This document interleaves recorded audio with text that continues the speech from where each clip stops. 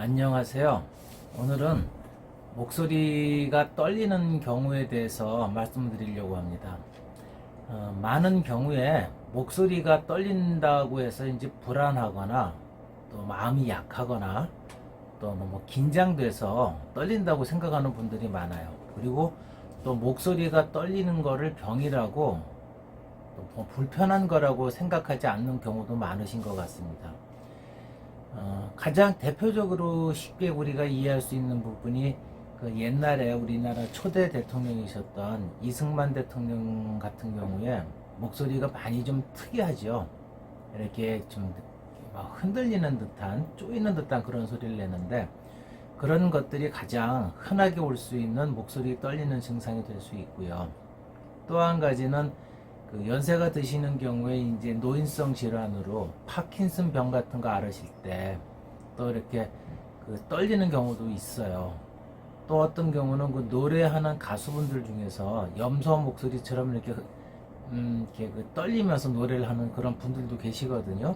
또 그래가지고 그게 개성이 돼서 노래를 잘하시고 또 인기를 많이 받은 적도 있는데, 이런 것들이 이렇게 편안하게 작용이 되면 문제가 안 되는데, 일상생활에서 그게 떨림이 오게 되면은 필요 없는 오해도 받게 되고 또 남들한테 불편한 시선을 받게 되는 경우도 있지만, 가장 문제는 본인 스스로가 많이 불편해하는 경우가 많습니다.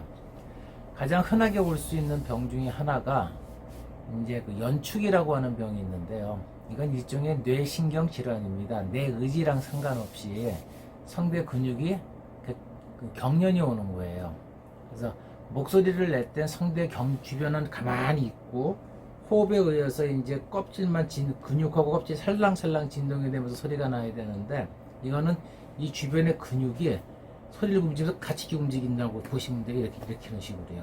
그래서 이 경련이 오는 경우는요, 성대 자체가 경련이 오는 경우가 있고요, 성대가 전후로 경련이 오는 경우도 있을 수 있고요, 성대와 주변 근육이 같이 경련이 올 수도 있고요, 성대가 벌어지면서 경련이 오는 경우도 있어요.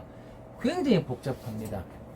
그래서 단순하게 경련이 있으니까 뭐 심리적으로 위축이 돼서 그렇다, 뭐 보톡스를 맞으면 좋아진다, 이렇게 간단하게 말씀드릴 수는 없어요. 그래서 이런 가장 흔하게 오는 것 중에 하나가 금방 말씀드린 그 신경질환이 될 수가 있고요. 또 한 가지는 그 발성장애, 그러니까 내가 소리를 낼 때 나도 모르게 힘을 주다 보니까 일종의 쥐가 난다고 생각하시면 돼요. 그래서 근긴장 발성장애라고 있는데, 그 근긴장 발성장애도 타입이 종류가 굉장히 많습니다. 그냥 이유 없이 나도 모르게 목에 힘을 줘서 쪼이는 경우가 있어요. 또 한 가지는 스트레스 등으로 인해서 2차적으로 이렇게 심리적으로 놀래가지고 이렇게 쪼이는 경우도 있고요. 또 한 가지는 위산이 역류를 했다든가 또 후두염 같은 바이러스 감기 같은 경우가 왔을 때 그런 것들이 주변에 어떤 영향을 줘가지고 또 경련이 오는 경우도 있어요. 그래서 이런 근긴장 발성장애도 1차성이냐 2차성이냐 올 수가 있고, 또 기존에 그분이 소리내는 습관에 따라 가지고 나타나는 반응도 다 다를 수밖에 없습니다. 그리고 아까 또 말씀드린 노래하는 분들이 오는 진전 같은 일정하게 떨리는 그런 병도 있고, 파킨슨이라든가 그런 뇌신경 노화질환이라든가 또 신경근육 장애로 오는 근긴장 이상증이라는 병에서 오는 질환도 있고, 굉장히 다양하게 많아요. 그래서 이거를 단순하게 심리적이다 그렇게 생각할 수는 없는 거고요. 그런 것들을 다 찾아봐야 됩니다. 이제 지금까지 말씀드린 게 목소리에 떨리는 게 오는 원인을 본 거예요. 물론 거기에는 실제로 심리적으로 약하거나 당황을 해서 그럴 수도 있어요. 하지만 건강하게 정상적인 소리를 내시는 분들은 나만 약간 떨리는 듯, 떨림이 있는 듯 그 정도 느끼게 되는 거고요. 남들이 들었을 때도 막 우는 소리가 나고 쪼이는 소리가 나고 인식을 할 정도라면은 그거는 내가 어떤 질환을 갖고 있다 그렇게 구분을 하시는 게 좋을 것입니다.